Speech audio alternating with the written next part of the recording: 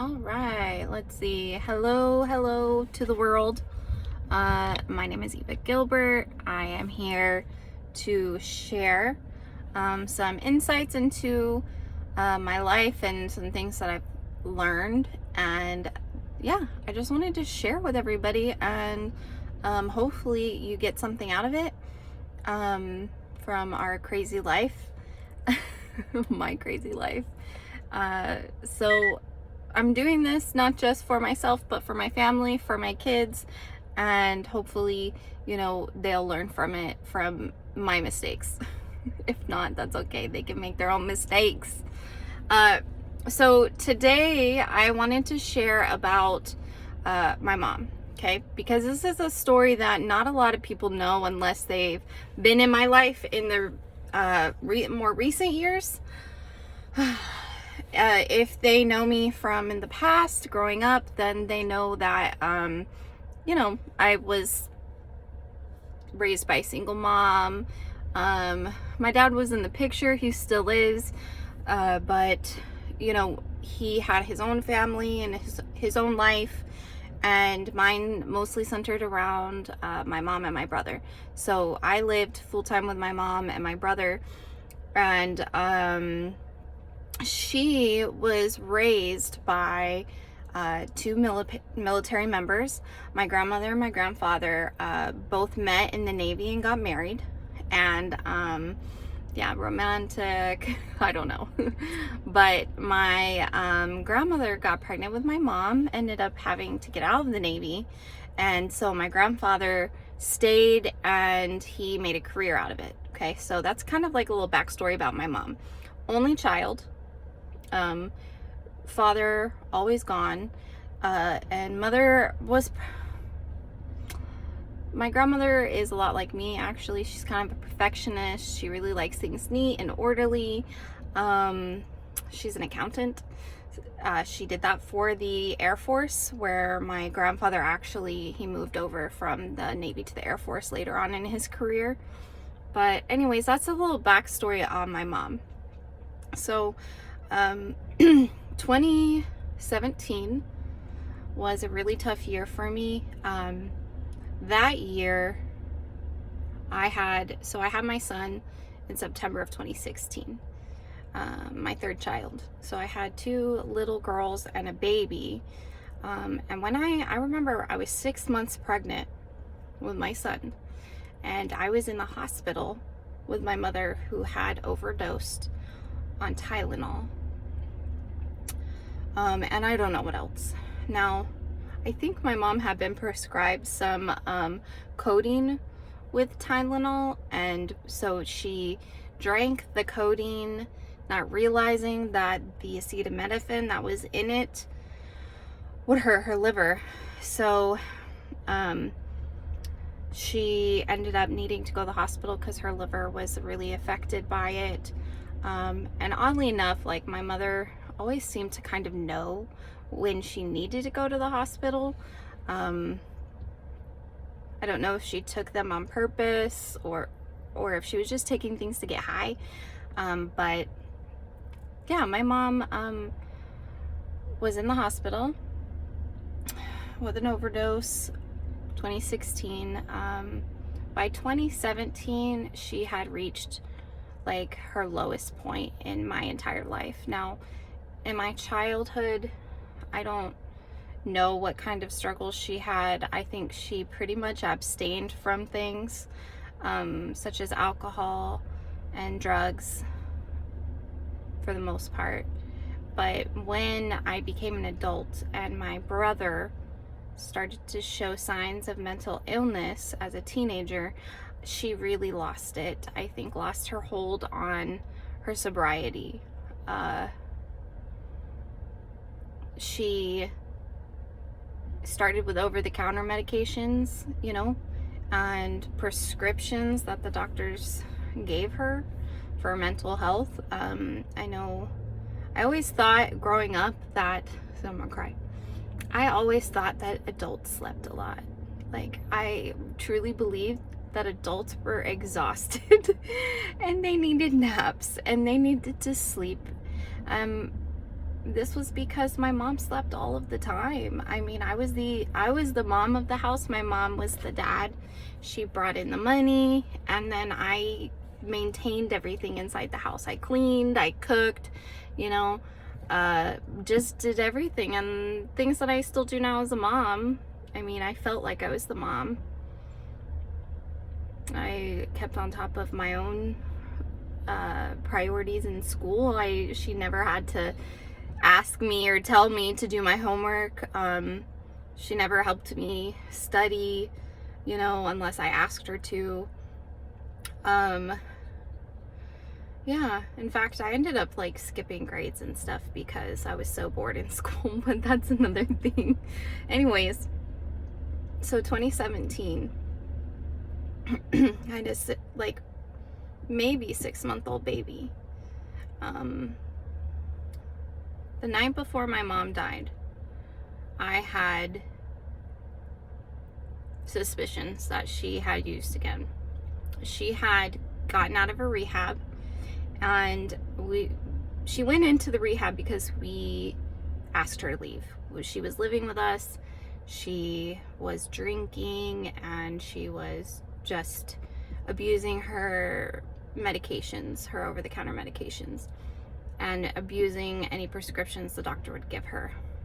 I had kind of a confrontation with her where I went with her to see a case manager of some sort, and I asked them, I said, do they not keep track of what kind of prescriptions or how many they're giving this lady? Because, you know, my mother, I said, because she doesn't go and buy them on the street. She doesn't go and find drug dealers. She never left my house. She was always like in her room doing nothing, you know, besides reading or on the computer. I don't know. She was very antisocial towards the end. So she would just go to the doctor, and then they would give her things like Xanax, you know, if she asked for it. When she was in the hospital for her liver, she asked for something to calm her down because she was anxious. And I said, no, don't give that to her. Why are you giving her more drugs? She's an addict. Like, but they didn't listen to me. Didn't matter. Sometimes I was like, why am I there? Why am I here?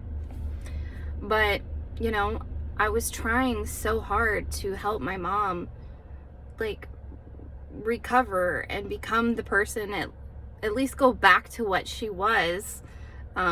She had friends growing up, and she had, you know, I don't know, she never had a relationship. I'm not sure why, but no boyfriends after my dad. I never met a boyfriend. I never saw her even pursue anything. I don't know. So I just, getting back to the main story, my mom, you know, had overdosed and ended up going to rehab because she had no other choice. She had no money, no vehicle. We weren't letting her stay at our house. She would have to go to a homeless shelter, and rather than go to a homeless shelter, she went to rehab. She did 30 days. When I went to the rehab program, I will say that they did tell me, because I saw her, I went for her graduation. They told me that they felt that my mother had not admitted truly to herself the extent of her addiction. She admitted that she had a problem with alcohol, did not admit that she had a problem with prescription drugs. They specifically benzos, which I never knew. I never knew what benzos were until my mother, you know, who had slighted me for so long. I mean, I had no clue. I never used drugs, not even marijuana. I had no idea. And yet I was living with an addict, living with her. I mean, she was taking care of my children, and I had no idea. I mean, if you are living with an addict, if you struggle with addiction, you know, It is such a crazy thing that, like, it could be someone that you know, see as a leader. You know, you never know.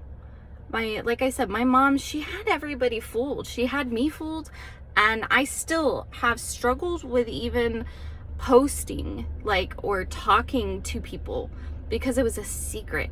Nobody could know that she had a problem. Nobody could know that that's why she couldn't keep a job, why she couldn't, you know, have friends. I mean, I know she had mental health issues, but a big part of it was she was just self-medicating with those pills, with alcohol. When she couldn't get pills, it was alcohol, because that's legal. So she would go and she would buy vodka, just bottles of vodka, and I would have no idea that she had done that, because she would sneak it in. So the night before my mother passed away, I had suspicions. She was supposed to be sober. She was supposed to be going and doing her, you know, getting her chips, working a program. She wasn't. You know, she said she was fine. She wanted to focus on getting a job. You know, and so she would tell me what I wanted to hear, which was, oh, I'm gonna get a job so I could get out of your house. And of course I wanted her to be independent and out of my house. So I just wanted to believe her. I wanted that. And she was my mother. I mean, your mom is not supposed to do those things. Your mom is supposed to be the one taking care of you, not the other way around. And so I wanted it to be real. And I was also in a very unfamiliar place. I did not know what addiction even really was. So anyways, my mom came in that night. She had gone to the doctor's office. She said, like, she had some breathing problems. She had asthma. So she came in breathing really heavily from the doctor's office. I was concerned. And then later, she just looked glazed. She was not acting herself at all. She would do this thing where she would kind of like scratch, like, you know, get like this and kind of like rub her feet together, you know, kind of like self-soothing things. But I knew that when she was doing those things, that was because she was medicated. She was making a bottle for my son. She said he needed a bottle. I did not say he needed a bottle, but she went over, she started to make a bottle for him. And she never came back into the room. She went to the kitchen to make the bottle. She never came back into the room to give me the bottle. She ended up starting to do the dishes. So I walk in the kitchen and I was like, Mom, where's the bottle? What's going on? And I see the formula had been like scooped and dumped on the counter, and the bottle was just like tipped over, and she just had stopped making the bottle and started doing the dishes. And then, you know, I'm still trying to tell her, like, I don't think that something's right here. Things are not right. You know, I think you need to go to the hospital. Can I take you to the hospital?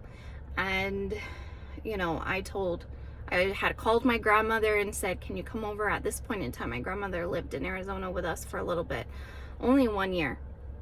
So she came out, and I remember saying to my mother, Mom, can I please take you to the hospital? And she looks at me and she says, you know, face to face, she says, why do I need to go?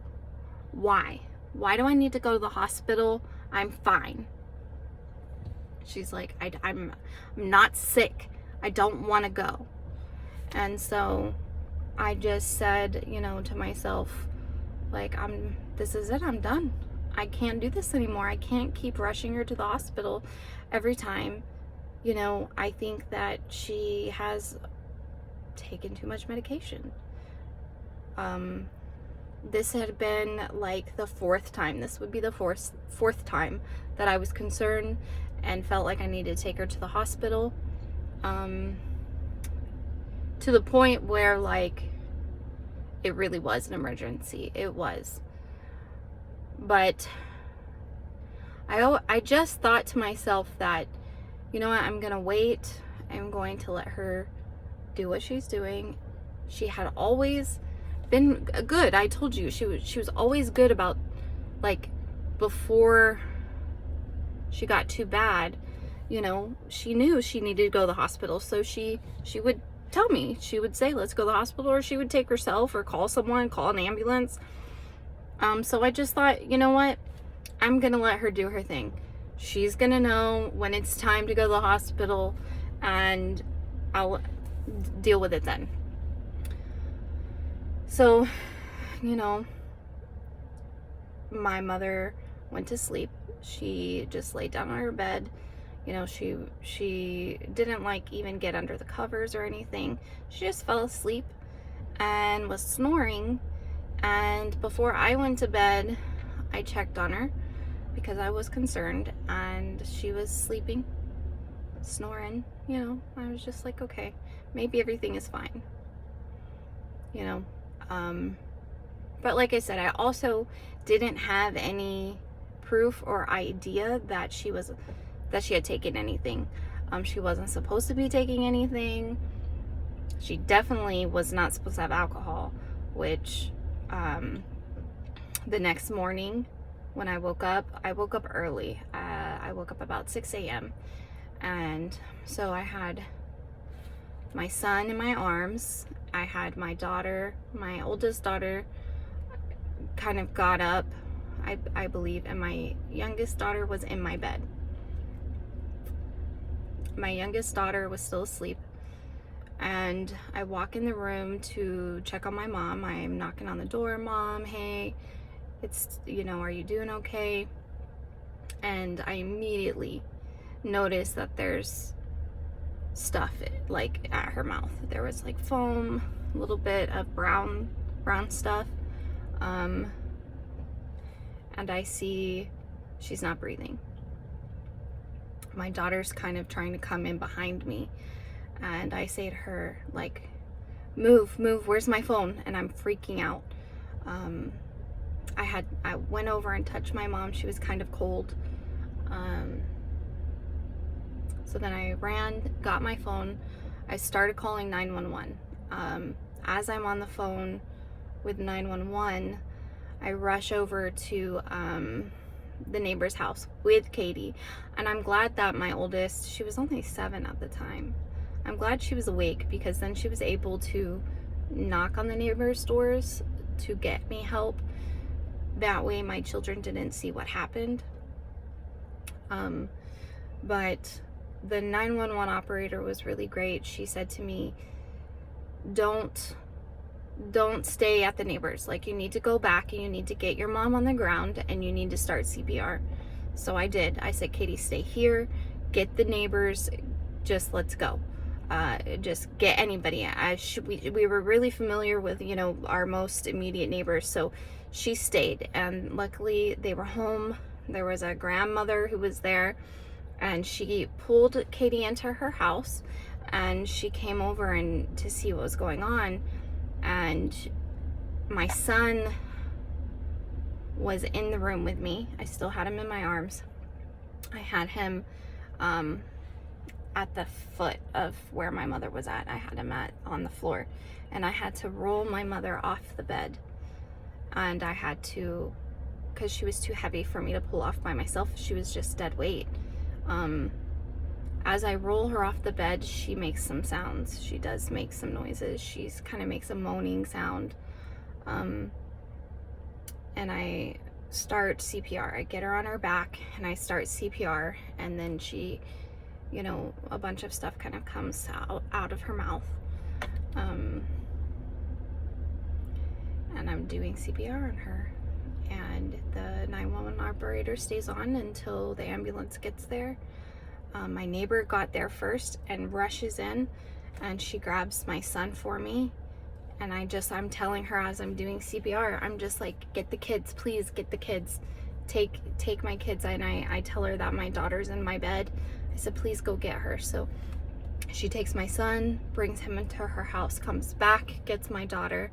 I'm doing CPR. The ambulance comes in and they take my mother away. So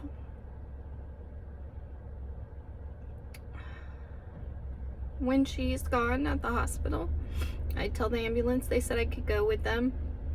I said I wanted to make sure that everything was okay with my kids first.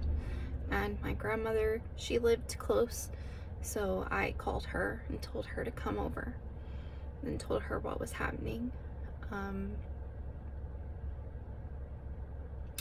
And I find a bottle of empty vodka on her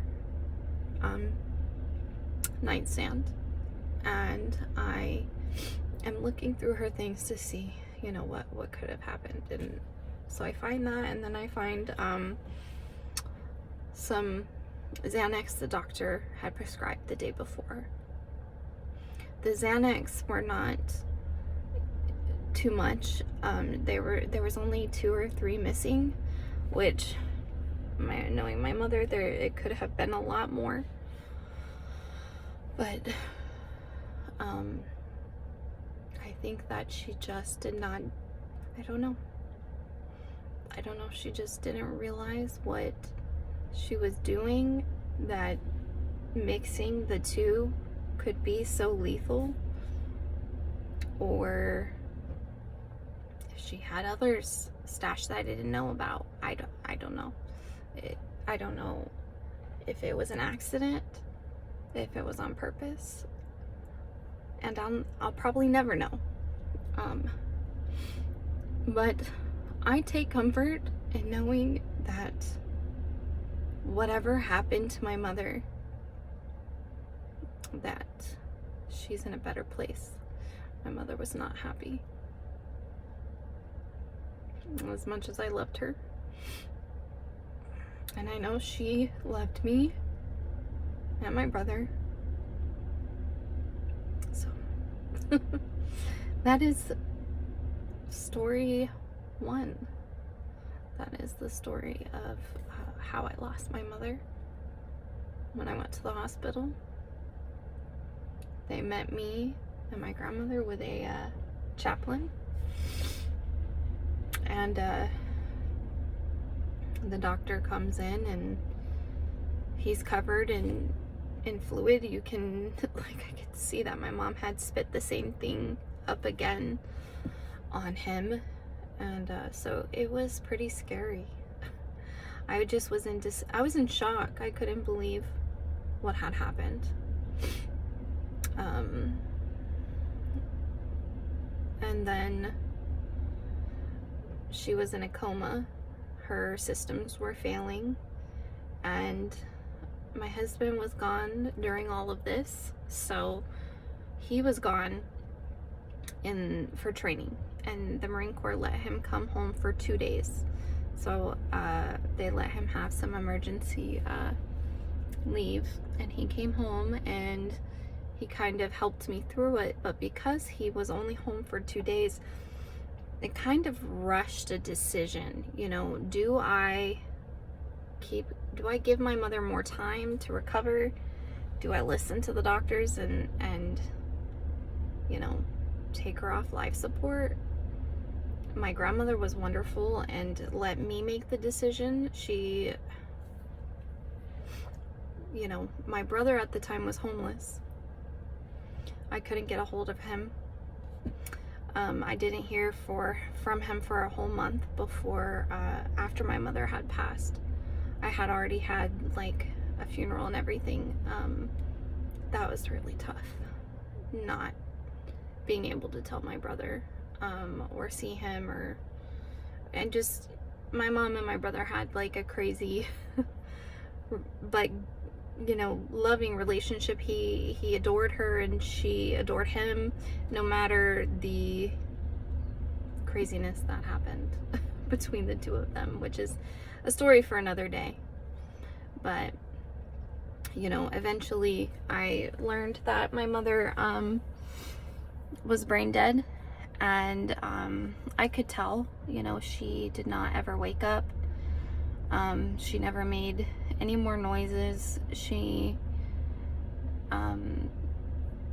couldn't, her brain was obviously not working well, because it wasn't regulating her temperature, you know, even just the things that our body is supposed to do, our brain is supposed to do for our body, it wasn't doing. You know, as soon as we turned the vent off, you know, it only took a few minutes for my mother to pass, because she couldn't breathe. The vent was breathing for her. So that was probably one of the toughest years of my life. Definitely not the only one, but it's a story that I felt like it was time to share. It's time to share because, first of all, I'm over it. I'm able to share it now. Second of all, I want to share it because I want others to know that they're not alone. You are not alone. If you're struggling with a family member with addiction, or you've lost someone to addiction, you're not alone. You didn't fail. You've done all you can. At some point, it's out of your control. It has to be up to them. They have to make the decision to stop. And it doesn't make them a bad person. Just because they're struggling with addiction, it does not make them a bad person or mean that they love you any less. I know that my mother loved me, and I don't take that as her failing as a mother, you know? She just succumbed to her addiction. She fought for a really long time. I know she fought while I was a child. I know she did. I know she struggled going back and forth. And every time life hit her, she probably wanted to use, you know? And that's what happens is life sucks sometimes. Life hits us and we don't know how to cope. We don't know how to deal with the challenges. You know, if we don't have those healthy coping mechanisms, if nobody's taught us how to cope, if we don't have a good support system, then we're going to reach for the stuff that's easy. You know, we're going to reach for the Xanax. We're going to reach for the alcohol. We're going to do everything we can to numb the pain that's in our heart. And that's what my mother did. I know that she was just numbing her pain and couldn't see the love that was right in front of her. And I hope now that she's gone, that she feels unconditional love. Thanks for your time. I hope that this story brought you some sort of, you know, inspiration, you know, feeling of comfort, and maybe some discomfort if you're someone who's struggling with addiction. Okay, get some help, get some resources. You're not alone. Okay, you could do this. There's people out there rooting for you. If you have a child, do it for them. Don't do to them what my mom did to me. Okay, we love you. We need you in our life, whether or not you think so. Thanks, everybody. Have a good day.